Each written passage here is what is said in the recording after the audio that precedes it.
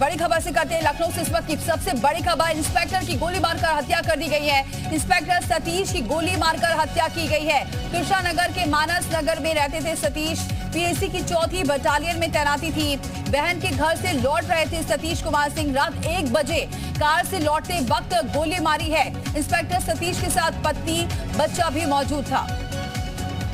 तो बड़ी खबर लखनऊ से इस वक्त की आपको ये बताएं कि इंस्पेक्टर की गोली मारकर हत्या की गई है। इंस्पेक्टर सतीश की गोली मारकर हत्या। कृष्णा नगर के मानस नगर में रहते थे सतीश। पीएसी की 4वीं बटालियन में तैनाती थी। बहन के घर से लौट रहे थे सतीश कुमार सिंह। रात 1 बजे का मामला बताया जा रहा है। रात 1 बजे कार से लौटते वक्त गोली मारी है। इंस्पेक्टर सतीश के साथ उनकी पत्नी और बच्चा भी मौजूद था। बड़ी खबर इस वक्त लखनऊ की, इंस्पेक्टर की गोली मारकर हत्या की गई है। और जिस तरीके की जानकारी आ रही है, पहले से ही किसी ने नजर बना रखी थी और इसी वजह से इस घटना को अंजाम दिया गया है। क्योंकि नीतीश पांडे हमारे साथ जुड़ चुके हैं। नीतीश, क्या जानकारी मिल रही है? क्योंकि रात 1 बजे का पूरा मामला बताया जा रहा है। इसका मतलब ये साफ है कि किसी ने पहले से ही नजर बनाई हुई थी। निश्चित तौर पे जिस तरह से अपराधियों ने इस पूरे मामले की रेकी की होगी, इसके साथ ही अगर बात करें तो पहले से निगहबानी रही होगी कि इंस्पेक्टर कब बाहर निकल रहे हैं और उनकी हत्या कर दी जाए। लेकिन इस वक्त मैं कृष्णा नगर कोतवाली पर हूं। आप देखिए यहाँ पर भी हलचल है और जिस तरह से दीपावली की रात थी और हर कोई त्यौहार की खुशियां मना रहा था। और जो इंस्पेक्टर सतीश कुमार है, जो कि प्रयागराज पीएससी के तैनात है, वो भी अपनी बहन के घर पहुंचे हुए थे दीपावली की खुशियां मनाने में। लेकिन पहले से घात लगाए हुए बदमाशों ने ताबड़तोड़ गोलियां चलाकर उनकी हत्या कर दी है। और आप देखें यहाँ पर अब इस बात की पड़ताल की जा रही है कि हत्या के पीछे की वजह क्या है। जो बदमाश हैं वो आखिर क्यों यहाँ पर आए थे, आखिर इस पूरी घटना का कारण क्या है, सीसीटीवी कैमरे खंगाले जा रहे हैं। इसके साथ ही जो पूरा मामला है उसकी वजहों को तलाशने में पुलिस जुटी हुई है। लेकिन लखनऊ के लिहाज से बड़ी घटना है। बड़ी घटना इस कई बिंदुओं पर अगर बात करें तो कि एक पुलिस वाले की हत्या, अगर बात करें तो पीएससी में तैनात इंस्पेक्टर की हत्या, और इसके साथ ही अगर बात करें तो प्रदेश की राजधानी में हत्या, बेखौफ बदमाश। और त्योहार के दिन अगर बात करें तो त्योहार के दिन जो रात का समय है, उस वक्त ये हत्या जब कोई व्यक्ति अपने घर से त्योहार मनाकर बाहर निकल रहा है अपने रिश्तेदारों के यहाँ से, और उसी वक्त उसकी पत्नी और बच्चे साथ रह रहे हैं, उसी दौरान ताबड़तोड़ गोलियां चलाई जाती हैं। तो ऐसे में कितने बेखौफ है बदमाश, इसका अंदाजा आप लगा सकते हैं।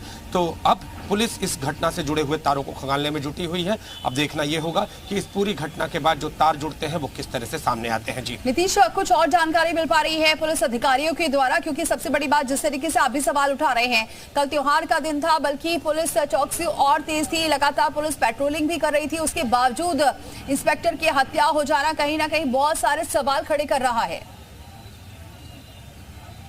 निश्चित तौर पे ये बेखौफ अपराध है और इसको लेकर सवाल खड़े हो रहे हैं। तस्वीरों के साथ बातचीत करते हैं तो जिस तरह से ये घटना हुई है, इस घटना के होने के बाद सीसीटीवी कैमरे खंगाले जा रहे हैं।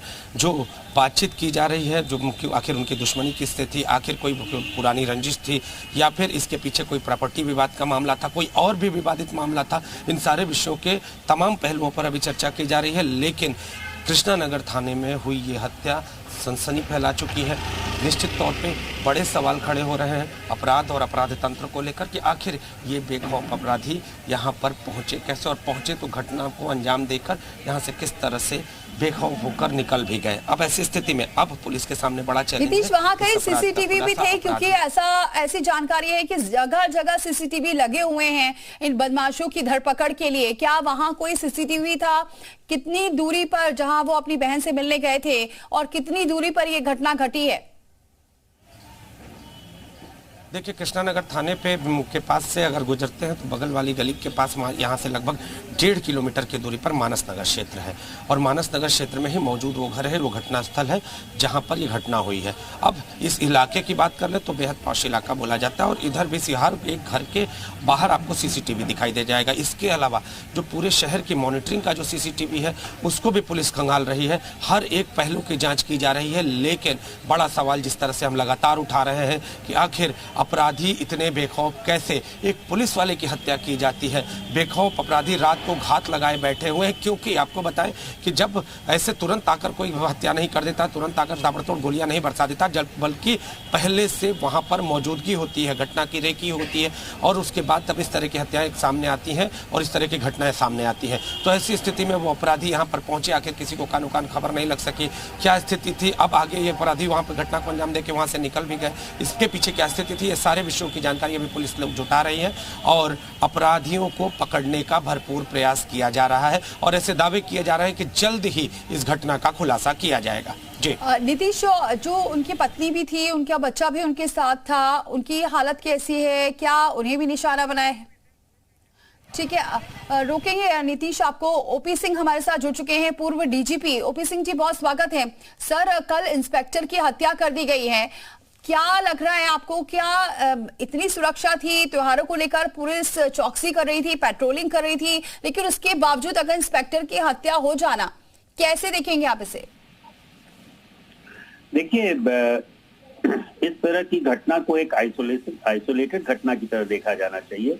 इसका कोई व्यापक प्रभाव पूरे प्रदेश के कानून व्यवस्था पे नहीं पड़ता है। इंस्पेक्टर जो है वो एक, जैसा मुझे बताया गया कि शायद पीएसी का इंस्पेक्टर था, वो पीएसी का काउंसिल कमांडर या क्वार्टर मास्टर होगा, तो जरूर कोई व्यक्तिगत रंजिश रही होगी या कोई व्यक्तिगत मनमुटाव रहा होगा जिसके कारण इस प्रकार की हत्या कर दी गई होगी। मुझे पूरी डिटेल्स नहीं मालूम है, लेकिन इसका किसी व्यापक तरीके पे राज्य के कानून व्यवस्था पे ऐसा इम्पैक्ट पड़ेगा और इससे ये समझा जाए कि कानून व्यवस्था एकदम खत्म हो गई, ये कहना गलत होगा। घटनाएं होती हैं और उसका निराकरण भी होता है, उसका निवारण भी होता है।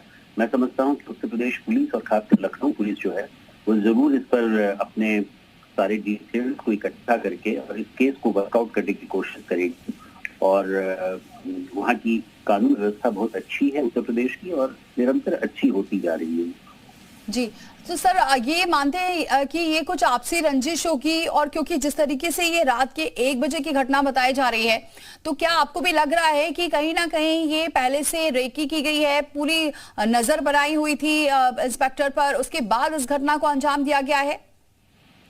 देखिए, मुझे पृष्ठभूमि नहीं मालूम है कि किन आधार पर मैं ये कह सकूं कि घटना किस प्रकार अंजाम दिया गया है, लेकिन निश्चित तौर पे जो किलर्स होते हैं, जो हत्यारे होते हैं, वो सभी प्रकार की रेकी करते हैं, वो इंफॉर्मेशन लेते हैं। 1:30 बजे रात की घटना है, किस संदर्भ में हुआ है मुझे जानकारी नहीं है, लेकिन निसंदेह जो है कानून में सर ये बताया जा रहा है, ये जो इंस्पेक्टर थे ये अपनी बहन से मिलने पहुंचे थे, अपनी पत्नी के साथ, अपने बच्चे के साथ, और जब वो लौट रहे थे, कृष्णा नगर के मानस नगर में रहती है उनकी बहन, वहां से जब वो लौट रहे थे उसी दौरान रात के 1 बजे करीब कुछ बदमाशों ने उन्हें गोली मार दी। तो ये पूरे घटनाक्रम रात को हुआ है। हमें लगता है पूरे घटना की जानकारी होना जरूरी है, तभी कुछ प्रतिक्रिया दी जा सकती है, लेकिन सचमुच में इसे लखनऊ पुलिस को चुनौती के रूप में लेना चाहिए और उसको वर्कआउट करना चाहिए। सर, अगर अब क्या लगता है किस एंगल से आगे जांच बढ़ेगी? क्योंकि सवाल इसलिए उठ रहे हैं कि क्योंकि कल त्योहार था और पुलिस हर जगह मौजूद रहती है, तो पेट्रोलिंग लगातार की जाती रहती है, उसके बावजूद इंस्पेक्टर की हत्या होना, तो कहीं ना कहीं आपको लगता है कि कहीं गलत मैसेज तो नहीं जाएगा जनता के बीच? नहीं, कोई गलत मैसेज नहीं जाएगा। और कभी कभी क्रिमिनल्स जो है वो पटाखों की आवाज का भी सहारा लेते हैं। रात की 1:30 बजे की घटना है, हो सकता है कि अपराध करने की नीयत से, लूटने की नीयत से इस प्रकार की वारदात हो गई हो। तो निसंदेह एक चुनौतीपूर्ण माहौल है और उसको पुलिस जो है अपने ढंग से, अपने फॉरेंसिक्स के हिसाब से, क्राइम सीन के अवलोकन के पश्चात जो भी होगा वो साइंटिफिक तरीके से उसका अनावरण करने की कोशिश करेगी। जी सर, लेकिन जिस तरीके से सख्त है यहाँ पर पूरी पुलिस प्रशासन और तुरंत कार्रवाई की जा रही है, जहां भी घटना घटती है वहां पर बहुत जल्दी एक्शन लिया जाता है, उसके बावजूद अगर बेखौफ हो गए हैं बदमाश, अभी भी बेखौफ होके इस तरीके की घटना को अंजाम दे रहे हैं, तो फिर क्या कहेंगे आप? देखिए, इन घटनाओं की खूबसूरती के लिए जरूरी है इन घटनाओं का अनावरण हो जल्दी, और मैं समझता हूं कि उसमें उत्तर प्रदेश पुलिस सक्षम है और वो जरूर इस चीज का अनावरण करेगी और तभी पता चल पाएगा कि ये घटना किस मोटिव से किया गया है। क्या लूट की घटना ये थी या कोई रंजिश के कारण हत्या कर दी गई थी, कुछ न कुछ जरूर इसमें मोटिव रहा होगा। तो मैं समझता हूँ कि वो इन्वेस्टिगेशन का विषय है और इन्वेस्टिगेशन के पश्चात ही इन सब चीजों पर विश्लेषण किया जा सकता है।